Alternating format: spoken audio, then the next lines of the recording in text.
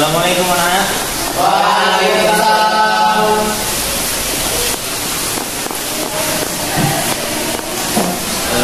Baik kan?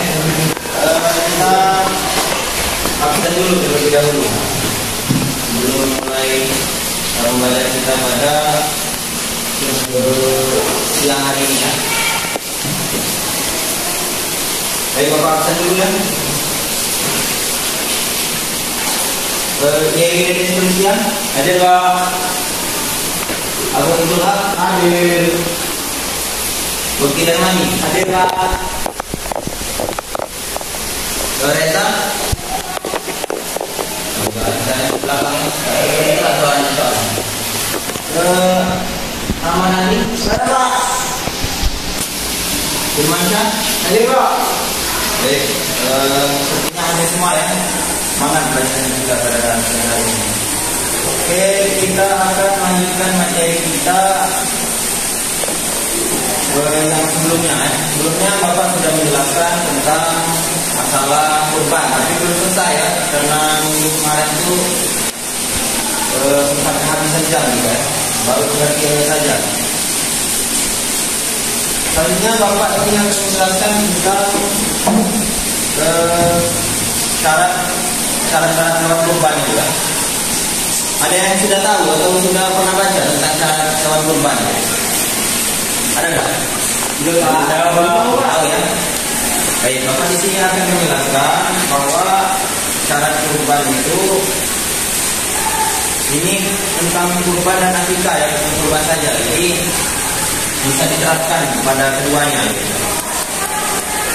Syarat-syarat kurban itu harus binatang ternak ya, ingat harus binatang ternak. Pertama itu harus binatang ternak. Nah, binatang ternak ini yaitu binatang yang dipelihara oleh orang, oleh manusia ya. Jadi kalau binatang liar yang ada di hutan yang kita buru itu bukan binatang ternak, berarti itu tidak bisa dijadikan untuk kurban ataupun akikah. Walaupun sapi ya, sapi liar ataupun kerbau liar yang ada di hutan misalkan seandainya kan kita nangkapnya, kalau ini tidak diternak itu berarti liar, itu tidak bisa dijadikan untuk kurban. Nah, selanjutnya yaitu yang kedua yaitu harus memenuhi umur yang sudah ditentukan.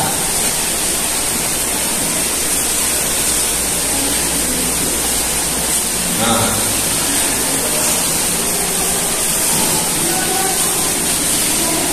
harus memenuhi umur yang sudah ditentukan gitu. Jadi walaupun sapi besar kan ataupun unta yang besar kan, itu kan walaupun baru lahir beratnya itu sudah berkilo-kilo ya, tapi belum bisa untuk dijadikan hewan untuk berkurban gitu. Nah, selanjutnya yaitu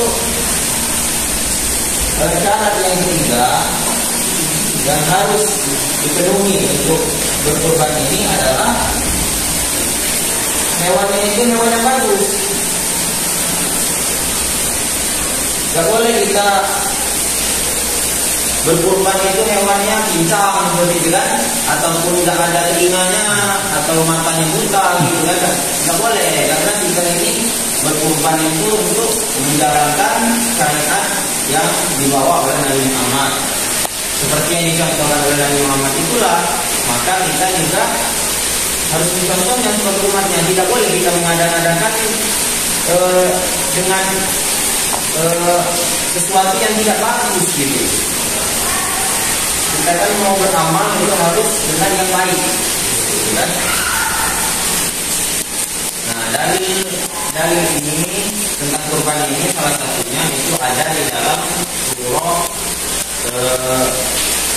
surah Al-Kautsar ya, ayat 2. Washolli li rabbika wanhar.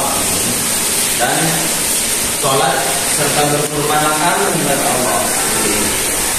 Jadi jelas perintahnya dalam Al-Quran ini. Nah, dari ketiga ini Ini binatang ternak ya, harus binatang ternak. Gimana kalau ayam? Boleh nggak kita kurban ayam? Bapak mau nanya kepada kalian, boleh nggak? Ya, boleh Pak. Oh iya ya. Ada dua pertanyaan, ada boleh, ada tidak. Jadi jawabannya itu tidak boleh. Kenapa Pak? Ya tidak boleh karena bukan hewan yang untuk berkurban. Kalau untuk berkurban itu harus yang berkaki 4 gitu. Salah satu juga kaki 4 dan juga memiliki bobot yang besar lah. Tidak boleh kita kurban burung gitu, angsa atau ayam gitu kan. Kalau untuk menyembelih saja itu boleh, tapi kalau untuk dikurbankan ataupun diakikatkan itu tidak bisa. Walaupun kita ada 1000 ayam ataupun 1000 angsa itu tidak bisa itu kita kurbankan. Jadi kita harus memenuhi syarat agar bisa menjalankan kurban itu sesuai dengan syariat. Nah, selanjutnya Bapak akan menjelaskan tentang tata cara penyembelihan hewan. Nah, caranya ini. Yang pertama itu harus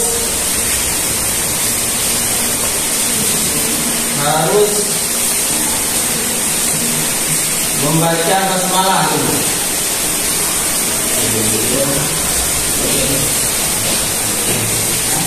Jadi kita kalau membeli hewan itu harus mengucapkan basmalah atau mengucapkan nama Allah.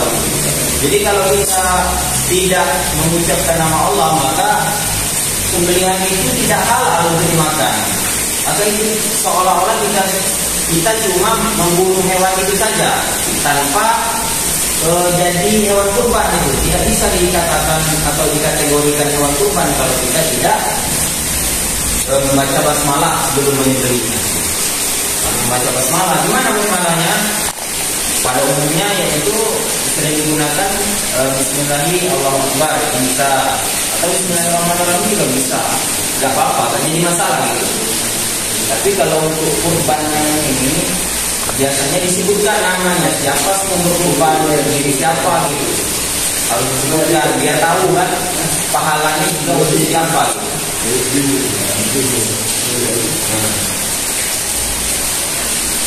Ada caranya ya. Nah, terus Bapak akan menjelaskan tentang ini Bapak ringkas saja ya. Bapak akan menjelaskan tentang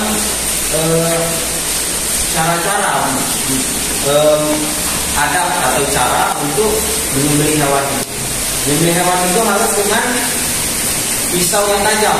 Tidak boleh kita menggunakan pisau yang tumpul asal-asal saja gitu kan. Jadi itu membuat hewan itu tersiksa. Tahu tersiksa itu apa? Sakiti Pak. Nah, benar. Jadi kita itu tidak boleh menyakiti hewan.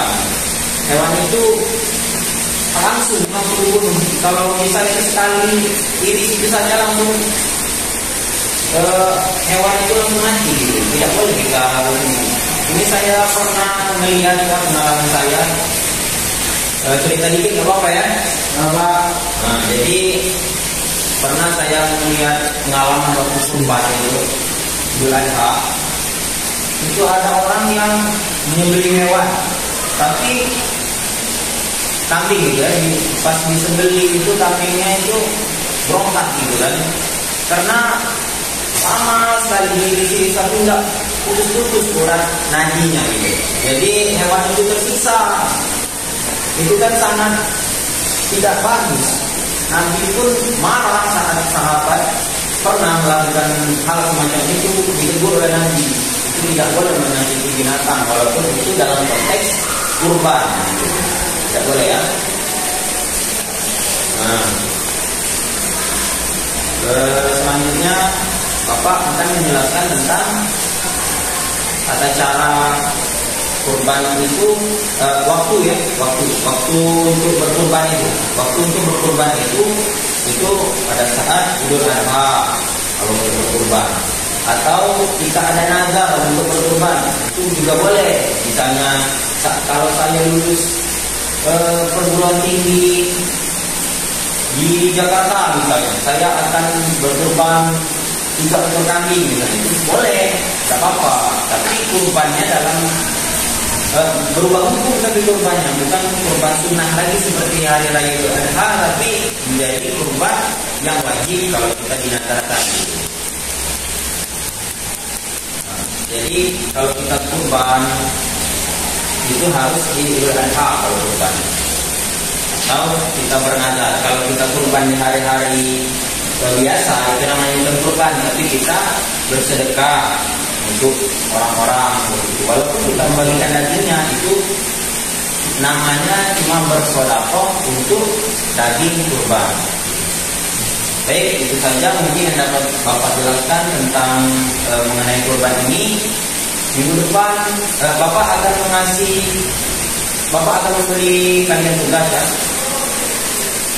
Kalian buat video praktekkan tata cara berkurban pakai alat saja, tidak perlu ya kita harus membeli sapi atau kambing yang utuhnya gitu kan. Pakai properti saja. Itu tolong divideokan dan juga beri penjelasan di bawah video. Baik, mungkin itu saja ya. Terima kasih. Kita lanjutkan di minggu yang akan datang. Terima kasih. Wassalamualaikum warahmatullahi wabarakatuh. Waalaikumsalam.